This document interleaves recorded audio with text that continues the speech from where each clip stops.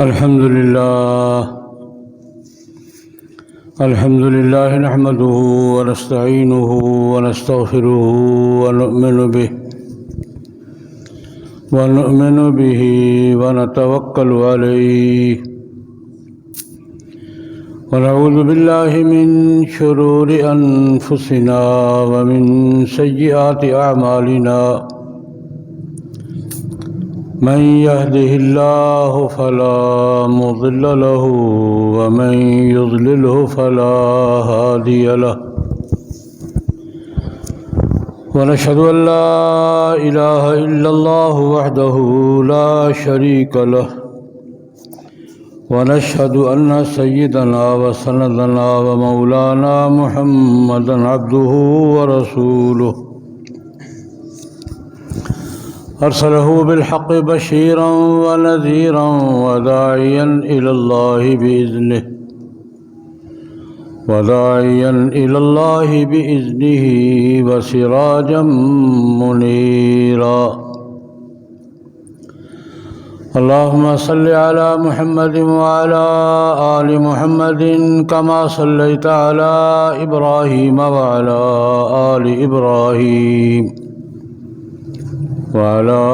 آل إبراهيم إنك حميد مجيد اللهم بارك على محمد وعلى آل محمد كما باركت على إبراهيم وعلى آل إبراهيم إنك حميد مجيد أما بعد فأعوذ بالله من الشيطان الرجيم بسم الله الرحمن الرحيم لقد من الله على المؤمنين إذ بعث فيهم رسولا من أنفسهم يتلو عليهم آياته ويزكيهم ويعلمهم الكتاب والحكمة وإن كانوا من قبل لفي ضلال مبين صدق الله العظيم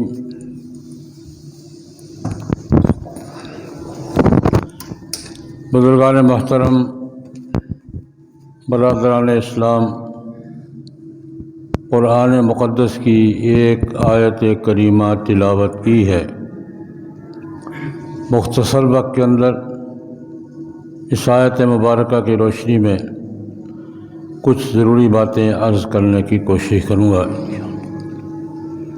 اللہ جل جلالہ و عم نوالہ کی بارگاہ میں دعا فرمائیں، خداوند ذوالجلال مجھے صحیح عرض کرنے کی، آپ حضرات کو صحیح سننے کی، مجھے آپ کو سب مسلمان بلکہ انسان بھائیوں کو صحیح بات سمجھنے، قبول کرنے اور اس پر عمل کرنے کی توفیق عطا فرمائے۔ قرآن پاک کے حوالے سے بات ہو رہی ہے۔ قرآن پاک کی حفاظت پر گفتگو ہوئی تھی کہ اللہ رب العزت نے قرآن پاک کی حفاظت کے اپنے طور پر تکوینی طور پر اہتمام فرمایا، اور اسی کی برکت ہے کہ قرآن پاک واحد کتاب ہے جو ہزاروں مرتبہ بار چھپنے کے باوجود اپنی اصلی حالت میں موجود ہے، تو کوئی کمی بیشی نہیں ہے۔ اس کے اوریجنل نسخے جو لکھے گئے تھے وہ بھی ہیں، اور آج جو چھپ رہے ہیں وہ بھی ہیں، اور عام طور پہ ہوتا ہے ایک کتاب کا دوسرا ایڈیشن چھپتا ہے، تیسرا چھپتا ہے، کوئی نہ کوئی فرق ضرور ہوتا ہے، لفظوں کا فرق ہوتا ہے، ترتیب کا فرق ہوتا ہے۔ ہم خود چھاپتے ہیں کتابیں کہ ایک ہی کتاب کے دو ایڈیشن الگ الگ چھپتے ہیں تو کچھ نہ کچھ فرق ہوتا ہے، لیکن قرآن پاک جو اصل اوریجنل نسخے موجود ہیں، آج بھی قرآن پاک اس کے مطابق ہے۔ دنیا کے کسی کونے میں آپ چلے جائیں، قرآن پاک آپ کو ایک ہی ملے گا، اور وہ ہے جو سیدنا حضرت عثمان ابن عفان رضی اللہ تعالیٰ عنہ نے اپنی نگرانی میں تحریر کروا کے دنیا میں بھیجا تھا کہ بھئی یہ اصل نسخہ، اس کے مطابق تم نے چلنا ہے۔ اس لیے قرآن پاک کو کہتے بھی مصحف عثمانی ہے، حالانکہ مصحف خداوندی ہے، یہ مصحف محمدی ہے صلی اللہ علیہ وسلم، لیکن اس کو عام طور پہ کیا کہا جاتا ہے؟ مصحف عثمانی، کہ یہ حضرت عثمان رضی اللہ عنہ نے اس کو مرتب لکھوا کر دنیا میں بھیجا تھا۔ اور یہ قرآن پاک کا اعجاز ہے کہ جو پہلا نسخہ تھا آج کا نسخہ بھی وہی ہے۔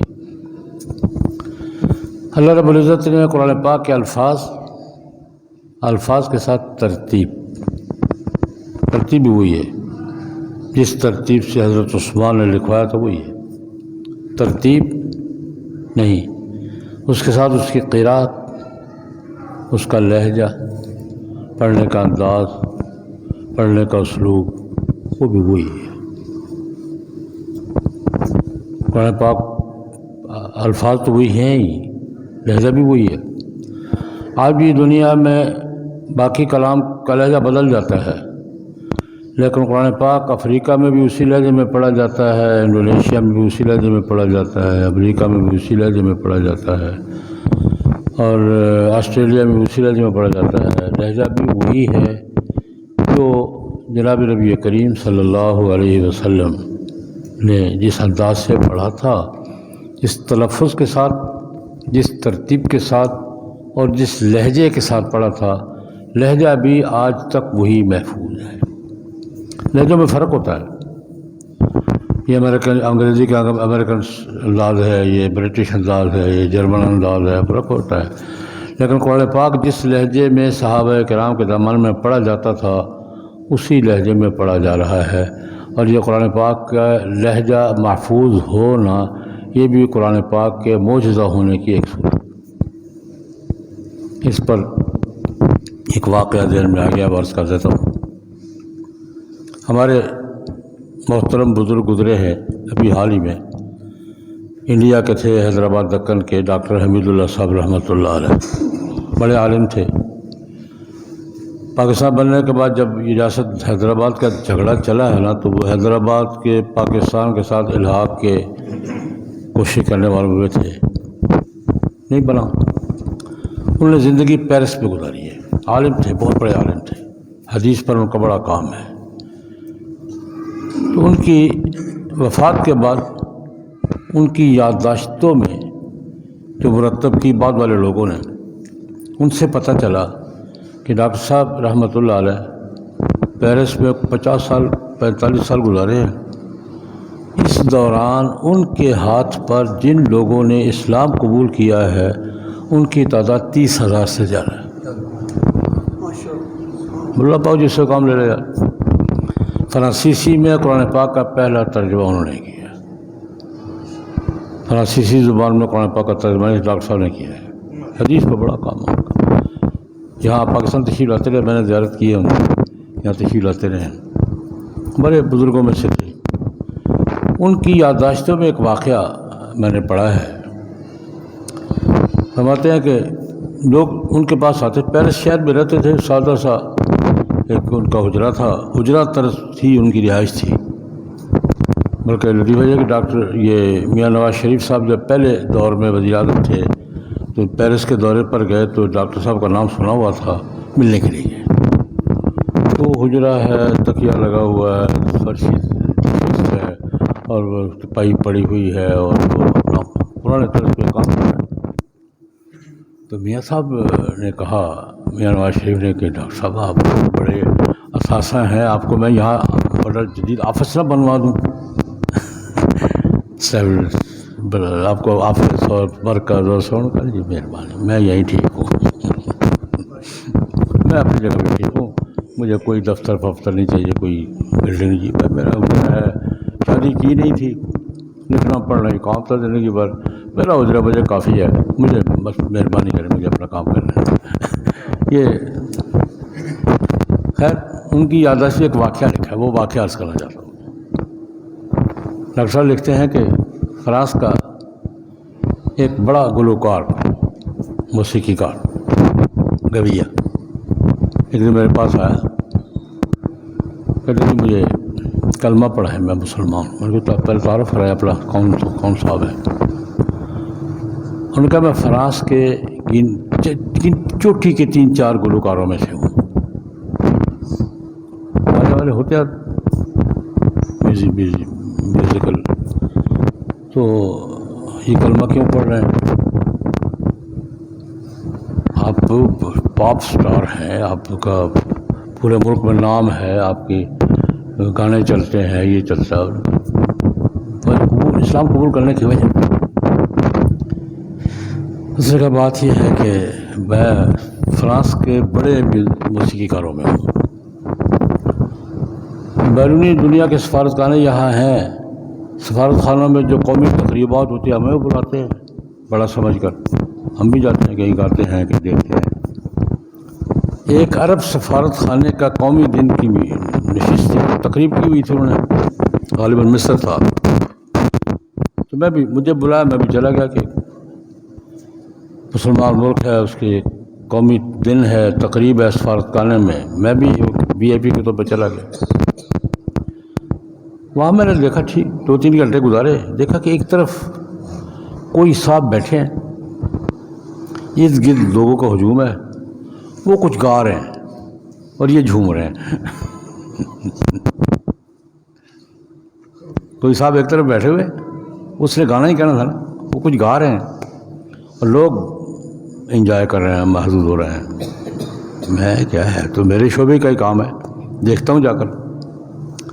میں قریب گیا، ہلکا بنا ہوا تھا، قاری صاحب پڑھ رہے تھے، لوگ سن رہے تھے، تو یہ سمجھ کو آ رہا ہے، کوئی گا رہا ہے، پتہ نہیں کیا گا رہا ہے۔ میں کھڑے ہو کر سنتا رہا۔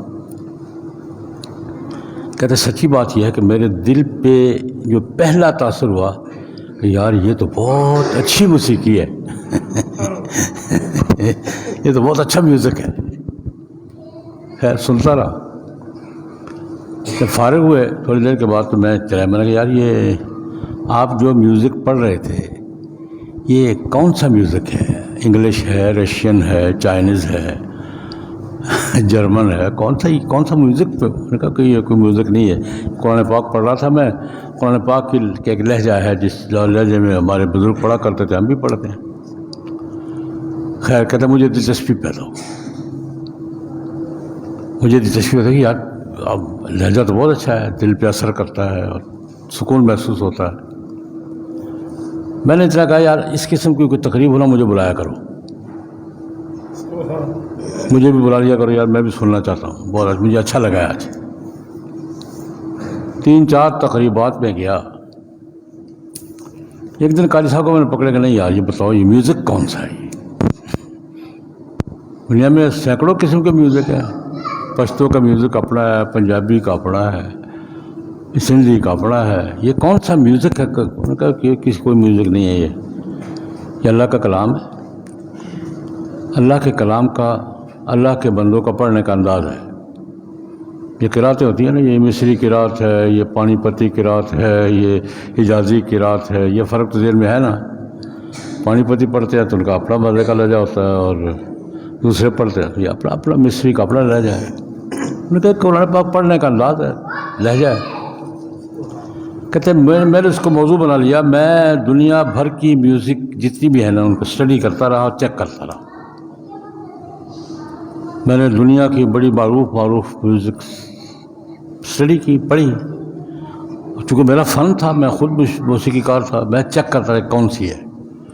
5-6 مجلسوں میں میں فیصلہ نہیں کر سکا۔ اتنی بات ضرور ہے کہ یہ سب سے اچھا میوزک ہے۔ اتنا دل میرا دل گواہ کہ اس سے اچھا میوزک دنیا میں کوئی نہیں ہے۔ لیکن یہ سمجھ جائے کہ ہے کون سا، میں باقاعدہ پڑھ کے جاتا، اسٹڈی کر کے جاتا، جا کے سنتا، ٹیلی کرتا نہیں۔ ایک دن میں نے کہا یار مجھے میری الجھن حل کرو، میری کنفیوژن ہی دور ہو رہی۔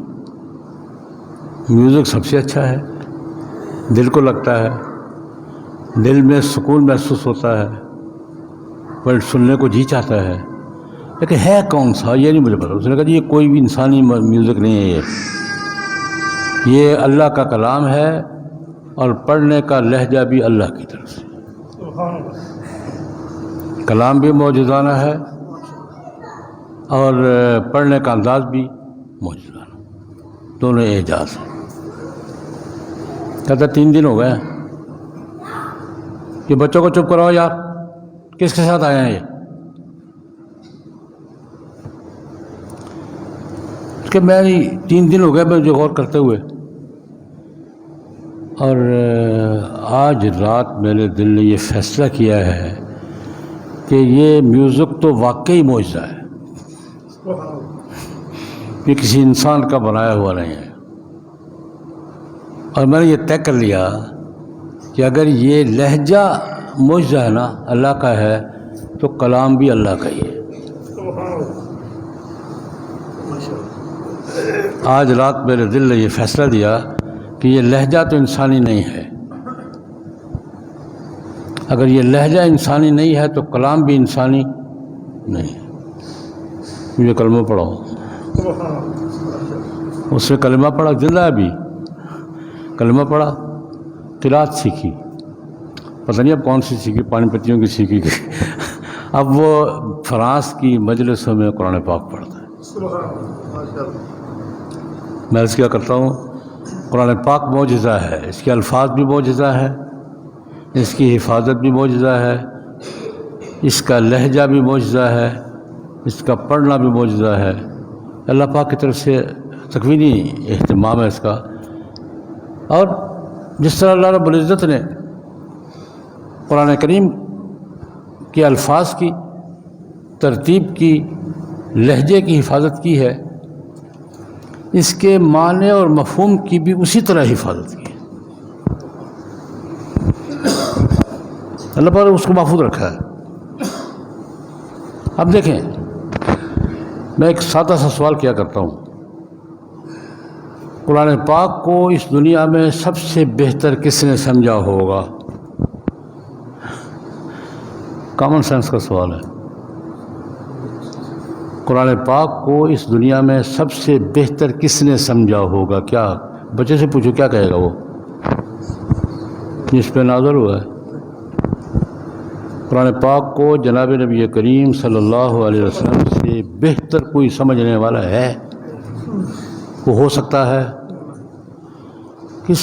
آپ بچے سے سوال کر لو کہ اس قرآن پاک میں کو سب سے بہتر نسل انسانی میں کس نے سمجھا ہوگا، تو اس کا جواب کیا ہوگا؟ حضرت محمد صلی اللہ علیہ وسلم۔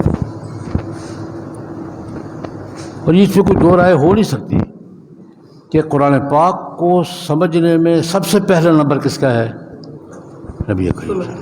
اس سے بہتر کو سمجھ سکتا ہے؟ اچھا، دوسرا سوال، قرآن پاک پر سب سے اچھا اور مکمل عمل کس نے کیا ہوگا؟ سب سے بہتر سمجھا کس نے ہوگا؟ محمد صلی اللہ علیہ وسلم۔ اور سب سے بہتر اور مکمل عمل کس نے کیا ہوگا؟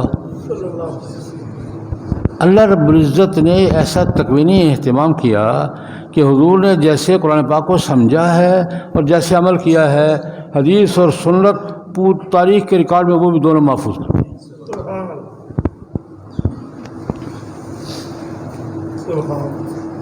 قرآن پاک کی کسی آیت کے بارے میں اگر آپ یہ معلوم کرنا چاہیں کہ اس آیت کی تشریح جناب نبی کریم صلی اللہ علیہ وسلم نے کیا کی ہوگی تو مل جائے گا یا نہیں مل جائے گا؟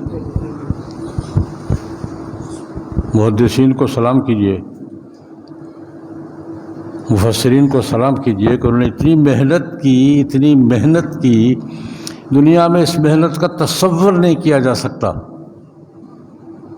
جتنی محدثین نے، مفسرین نے جناب نبی کریم صلی اللہ علیہ وسلم کے ارشادات کو، حضور کے اعمال کی کیفیات کو محفوظ کرنے میں جتنی محنت مفسرین نے اور محدثین نے کی ہے، اس کی مثال دنیا میں کہیں نہیں ہے۔ قرآن پاک کی کوئی آیت آپ دیکھ لیں، 6666 آیتیں بتائی جاتی ہیں، کوئی ایک آیت چل لیں اور یہ تلاش کریں کہ اس کی جناب نبی کریم صلی اللہ علیہ وسلم نے کیا تشریح کی ہے، کیا خیال ہے مل جائے گی یا نہیں مل جائے گی؟ اچھا، اب یہ دیکھنا چاہیں کہ قرآن پاک کی اس آیت پر حضور نے کیا عمل کیا تھا، یہ بھی مل جائے گا یا نہیں مل جائے گا؟ ملے گا یا نہیں ملے گا؟ یہ حفاظت حدیث کی بھی ہوئی ہے، سنت کی بھی ہوئی ہے۔ حضور نے فرمایا کیا ہے یہ حدیث ہے، حضور نے کیا کیا ہے یہ کیا ہے؟ دونوں چیزیں محفوظ ہیں یار، اور اعتماد کے ساتھ محفوظ ہیں۔ اللہ رب العزت نے دونوں چیزیں جو قرآن پاک کے سمجھنے اور اس پر عمل کا سٹینڈرڈ ہے قیامت تک کے لیے محفوظ کر دیا۔ میرے جیسا گناہگار آدمی بھی آج اگر تلاش کرنا چاہے کہ قرآن پاک کی فلاں آیت کو حضور نے کیسے سمجھا ہے، تلاش کر سکتا ہوں۔ میرے جیسا طالب علم اگر تلاش کرنا چاہے کہ قرآن پاک کی فلاں جملے پر حضور نے کیا عمل کیا تھا، تلاش کر سکتا ہوں الحمدللہ۔ اور میں تو ایک آدمی ہوں، ہزاروں لوگ موجود ہیں یار، حدیث کے طالب علم، سنت کے طلبہ ہزاروں ہیں یا لاکھوں میں ہیں؟ لاکھوں میں ہیں، لاکھوں میں۔ اللہ رب العزت نے معنی مفہوم، میں اپنے بہت سے لوگوں کو شوق ہوتا ہے میں یہ سمجھاؤں، میں نے کہا یار خدا کا خوف کرو، میں نے کہا چلو تیسرا سوال بھی، دنیا کے کسی مسلمان سے پوچھ لو کہ قرآن پاک کی اس آیت کا یہ مطلب رسول اللہ نے بیان کیا ہے اور یہ میں سمجھا ہوں، کیوں جی؟ کوئی دنیا کے کسی کونے کا کوئی مسلمان یہ جملہ کہو کہ قرآن پاک کی اس آیت کا یہ مطلب تو رسول اللہ نے بیان کیا ہے لیکن مجھے یہ سمجھ میں آیا ہے، تو آپ کی بات سنے گا؟ زیادہ زور دے کہ یہاں سے پکڑ لے گا، کیا کہہ رہے ہو؟ وہ حضور نے بیان کیا ہے، قرآن پاک کی آیت کا مطلب کس نے بیان کیا ہے؟ دنیا کے کسی بھی مسلمان سے پوچھ لو کہ جناب نبی کریم صلی اللہ علیہ وسلم نے اس آیت پر یوں عمل کیا ہے، لیکن میرا خیال یہ ہے کہ یوں کرنا چاہیے، خدا نہ کرے کہ ہم میں سے کوئی کہے، لیکن اگر وہ کہہ دے کہ اس آیت پر حضور نے تو یہ عمل کیا تھا لیکن میرا خیال یہ ہے کہ یوں کرنا چاہیے، کوئی بات سننے کو تیار ہوگا؟ میں ساری گفتگو کا خلاصہ یاد کر رہا ہوں کہ اللہ رب العزت نے قرآن پاک کے الفاظ، ترتیب اور لہجے کی حفاظت بھی کی ہے اور قرآن پاک کے مفہوم مصداق کی بھی حفاظت اسی طرح کی ہے جس طرح قرآن پاک کی حفاظت، یہی وجہ ہے۔ اب امت میں دیکھ رہے ہیں صحابہ کرام کا ذوق تو بہت اونچا تھا، میں نے عرض کیا تھا کہ جناب نبی کریم صلی اللہ علیہ وسلم کے قرآن پاک کے حوالے سے جو فرائض قرآن پاک اللہ نے بیان کیے نا 3 ہیں۔ پہلا یہ ہے کہ قرآن پاک پڑھ کے سناؤ ان کو، اقرا۔ قرآن پاک کے بارے میں اللہ رب العزت نے نبی کریم صلی اللہ علیہ وسلم کو پہلا حکم کیا دیا؟ ان کو پڑھ کے سناؤ یار، یہ الفاظ ہیں۔ دوسرا حکم یہ دیا یعلمہم، ان کو سکھاؤ کہ قرآن پاک کہتا کیا ہے۔ قرآن پاک کے الفاظ کی تعلیم کس نے دینی ہے؟ قرآن پاک کے سب سے بڑا معلم کون ہے؟ جناب نبی کریم یعلمہم، ان کو سکھاؤ بھی قرآن کیا کہتا ہے۔ اور تیسرا لتبین للناس، کہیں کوئی ہلچل پیدا ہو جائے تو آپ وضاحت کریں کیا مطلب ہے۔ قرات اور چیز ہے، تعلیم اور چیز ہے، بیان اور چیز ہے۔ قرات کا تعلق ہے الفاظ سے، تعلیم کا تعلق ہے معنی سے، بیان کا تعلق ہے کوئی کنفیوژن پیدا ہو جائے اس کی وضاحت سے کہ جناب اس کا مطلب یہ ہے، یہ حضور نہیں، اللہ کا آپ نہیں کر رہے ہیں۔ قرآن پاک کے الفاظ بھی آپ نے پہنچانے ہیں، اس کا معنی بھی آپ نے بتانا ہے، اور کہیں کوئی کنفیوژن پیدا ہوئی ہے تو وضاحت بھی آپ نے کرنی ہے۔ لِتُبَيِّنَهُ لِلنَّاسِ مَا نُزِّلَ إِلَيْهِمْ لِتُبَيِّنَ لِلنَّاسِ مَا نُزِّلَ إِلَيْهِمْ۔ قرآن کریم نے جناب نبی کریم صلی اللہ علیہ وسلم کا مستقل منصب یہ بیان فرمایا ہے لِتُبَيِّنَ لِلنَّاسِ، لوگوں کو قرآن پاک کے کسی لفظ کے، کسی جملے کے معنی میں اگر کوئی الجھن پیش آئے تو آپ نے بیان کرنا اس کا مطلب کیا ہے، اور آپ ہی اتھارٹی ہیں۔ اس پر 20 واقعات ہیں، سنتے رہتے ہیں، میں 2-3 واقعات مثال کے طور پہ عرض کروں گا۔ الجھن پیدا ہونا یہ بات بھی دوبارہ عرض کر رہا ہوں، قرآن پاک پڑھتے ہوئے، اسٹڈی کرتے ہوئے، سنتے ہوئے الجھن کا پیدا ہونا کوئی بڑی بات ہو جاتی ہے۔ عقلوں کے دائرے مختلف ہیں، سمجھ کا لیول مختلف ہے، کوئی بات آپ کی سمجھ میں آئے گی، میری سمجھ میں نہیں آئے گی، کوئی میری سمجھ میں آئے گی، ان کی سمجھ میں نہیں ہے، بہت فرق ہے۔ تو قرآن پاک پڑھتے ہوئے، سنتے ہوئے، اسٹڈی کرتے ہوئے کسی بات پہ کنفیوژن ہو جانا کوئی بات ہو جاتی ہے، لیکن اس کی وضاحت کا پروسیجر کیا ہے؟ صحابہ کرام کیا کرتے تھے؟ بیسیوں واقعات ہیں، 2-3 عرض کرتا ہوں۔ مسند دارمی کی روایت ہے، جناب نبی کریم صلی اللہ علیہ وسلم تشریف فرما تھے، حضرات صحابہ کرام رضوان اللہ علیہم اجمعین سامنے مجلس بیٹھی ہوئی ہے، قرآن پاک کی آیت کریمہ نازل ہوئی۔ اعوذ باللہ من الشیطان الرجیم، بسم اللہ الرحمن الرحیم، لیس بامانیکم ولا امانی اہل الکتاب من یعمل سوءا یجز بہ۔ اللہ پاک فرما رہے ہیں تمہاری خواہشات کے بھی فیصلے نہیں ہوں گے، اہل کتاب کی خواہشات کے بھی فیصلے نہیں ہوں گے، فیصلے ہوں گے اعمال پر۔ ایک مجلس میں گفتگو چل رہی تھی، مدینہ منورہ کی مجلسیں ایک عرصہ تک مشترک رہی ہیں، یہودی بھی ہوتے تھے، مسلمان بھی ہوتے تھے، مشرکین بھی ہوتے تھے، اکٹھے بیٹھتے تھے، مجلس میں بات چل جاتی ہے۔ ایک یہودی نے مجلس میں کہا کہ یار ہماری تو کوئی بات نہیں ہے، ہم تو انبیاء کی اولاد ہیں، نحن ابناء الانبیاء، ہم تو نبیوں کی اولاد ہیں، رائل فیملی ہیں، سپیریئر کلاس ہیں، ہمیں اللہ کا کیا کہنا ہے، بس تھوڑا پوچھے پاچھے گا پھر جنت ہماری ہے، ہم تو انبیاء کا خاندان ہے، انبیاء کی اولاد ہیں، اب جنت ہو جائے گی۔ وہ بات سن کر ایک صحابی کو غصہ آنا چاہیے، اچھا تم انبیاء کی اولاد ہو سیدھے جنت میں جاؤ گے؟ ہم انبیاء کے سردار کے ساتھی ہیں، ہمیں کون روکے گا، سیدھے جائیں گے۔ یہ مقابلے میں بات ہو گئی، ہم نبیوں کا خاندان ہے، سیدھے جنت میں جائیں گے، ہم انبیاء کے سردار کے امتی ہیں، ساتھی ہیں، سیدھے جنت میں جائیں گے۔ یہ دو مقابلے میں بات ہو گئی۔ اللہ رب العزت نے قرآن کریم میں ارشاد فرمایا نہیں یار، نہیں ایسے نہیں ہوگا، لیس بامانیکم ولا امانی اہل الکتاب، نہ تمہاری آرزوؤں پہ فیصلے ہوں گے، نہ اہل کتاب کی آرزوؤں پہ فیصلے ہوں گے۔ اللہ فرماتے ہیں میرا ضابطہ یاد رکھو، من یعمل سوءا یجز بہ، جس نے بھی کوئی غلط حرکت کی بھگتنی پڑے گی، من یعمل سوءا یجز بہ، جس نے بھی کوئی برائی کا کام کیا اس کو سزا ملے گی۔ گویا کیا مطلب؟ فیصلے کس پر ہوں گے؟ اعمال پر، فیصلے خواہشات پر نہیں ہوں گے، فیصلے کس پر ہوں گے؟ اعمال پر۔ جس نے بھی کوئی غلط حرکت کی سزا ملے گی، یہ قرآن پاک کا ارشاد ہے۔ نبی کریم صلی اللہ علیہ وسلم نے جب یہ آیت کریمہ سنائی تو حضرت صدیق اکبر سامنے بیٹھے تھے، ان کا تو رنگ ہی فاق ہو گیا۔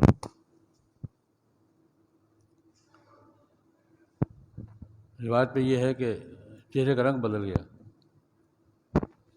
رنگ زرد ہو گیا، کپ کپانے لگے، کاد ان یسقط، قریب تھا کہ گر پڑتے۔ جناب نبی کریم صلی اللہ علیہ وسلم کی نظر پڑی، ابو بکر کیا وہ مالک ہے، کیا وہ خیر تو ہے، کیا وہ بیٹھے بیٹھے؟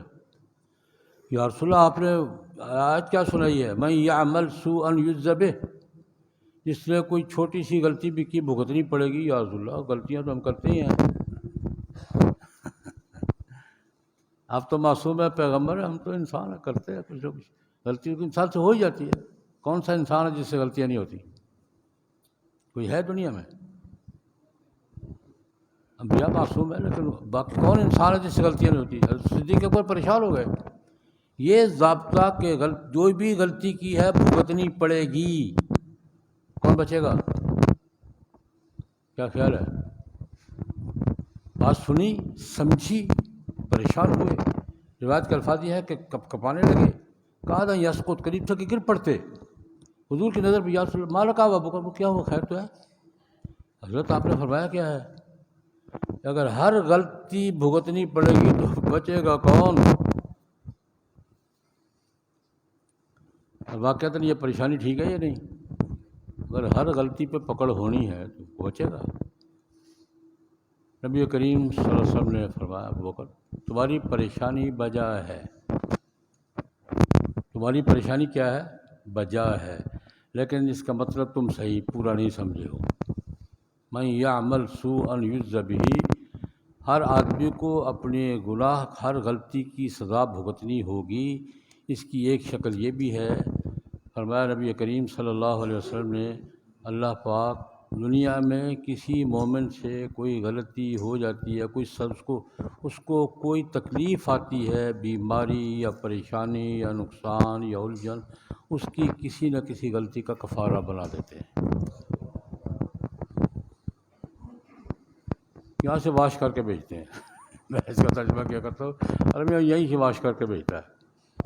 کسی مسلمان کو پریشانی، تکلیف، زخم، کوئی الجھن پیش آتی ہے، اللہ پاک اس کی اس الجھن کو، پریشانی کو کسی نہ کسی غلطی کا کفارہ بنا دیتے ہیں. یہ تکلیفیں غلطیوں کا کفارہ بھی ہوتی ہیں. حضرت صدیق اکبر سیدھے ہو کر بیٹھ گئے، ٹھیک ہے کام ہو جائے گا. اب میں بات کیا عرض کر رہا ہوں، قرآن پاک کی آیت ہے، سمجھنے میں الجھن کس کو لگی ہے؟ عالم الصحابہ. صحابہ میں سب سے بڑے عالم کو الجھن لگ گئی ہے. اور جناب نبی کریم صلی اللہ علیہ وسلم نے جب وضاحت کر دی تو الجھن باقی رہی. قرآن پاک میں کوئی الجھن پیدا ہو جائے تو وضاحت کا مرکز بھی کون ہے؟ جناب نبی کریم. وضاحت کی اتھارٹی بھی کون ہے؟ جناب نبی کریم صلی اللہ علیہ وسلم. اور یہ اللہ پاک نے بیسیوں واقعات تو صحابہ کے ہیں. نبی کریم صلی اللہ علیہ وسلم کو صرف قرآن پاک کے الفاظ پہنچانے کے لیے نہیں، تعلیم دینے کے لیے بھی، الجھن پیدا ہو جائے تو اس کو، کنفیوژن کو دور کرنے کے لیے بھی حضور کو ہی اتھارٹی بنا اللہ رب العزت. بات ابھی چلے گی آگے. میں ایک بات عرض کرنا چاہتا ہوں. آج کل ملک کے حالات آپ کے سامنے ہیں، اللہ پاک خیر کرے. پہلی بات اللہ خیر کرے یار، سب دعا مانگے. میں اس حوالے سے تفصیل سے کوئی بات نہیں کروں گا، دو باتیں عرض کرنا چاہتا ہوں. ایک بات تو یہ ہے کہ ملک کا دستور، قانون موجود ہے. میں تمام فریقوں سے یہ عرض کرنا چاہتا ہوں کہ ملک کا دستور اور قانون جس کو جو حق دیتا ہے اس میں رکاوٹ نہیں بننا چاہیے. کیا خیال ہے؟ یہ میری بات ٹھیک ہے یا نہیں؟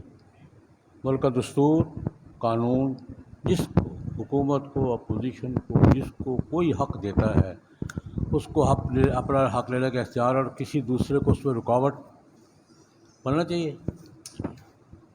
میں بڑی اصولی سی گزارش کر رہا ہوں اپنے اداروں سے بھی، حکمرانوں سے بھی، ایڈمنسٹریشن سے بھی، اسٹیبلشمنٹ سے بھی. ملک کا دستور اور قانون جس کو جو حق دیتا ہے اس میں کسی دوسرے کو رکاوٹ بنے گا، زیادتی ہوگی. دوسری بات، امن و امان ملک کا، ملک کی سلامتی، ملک کی وحدت، ملک کا امن و امان سب پر مقدم ہے. اپنے جذبات کے اظہار میں، اپنے موقف کے اظہار میں امن عامہ کو خطرے میں نہیں ڈالنا چاہیے کسی کو بھی. یہ گزارش میری ٹھیک ہے؟ ملک کی سلامتی، وحدت، امن، استحکام یہ ہر چیز پر مقدم ہے، اور دستور ہر چیز پر مقدم ہے. ہم ملک کے لیے اللہ پاک کی بارگاہ میں خیر اور سلامتی کی دعا کرتے ہوئے تمام فریقوں سے یہ گزارش کر رہے ہیں، خدا کے لیے دو باتوں کا خیال ضرور رکھیں. دستور اور قانون کی بالادستی کا خیال رکھیں، اور ملک کے امن و امان، سلامتی اور ملک کے استحکام کا خیال رکھیں. اللہ پاک یہ بحران کے دن ملک اور قوم کے لیے باوقار طریقے سے ہمیں گزارنے کی توفیق عطا فرمائے. اللہم صلی علی سیدنا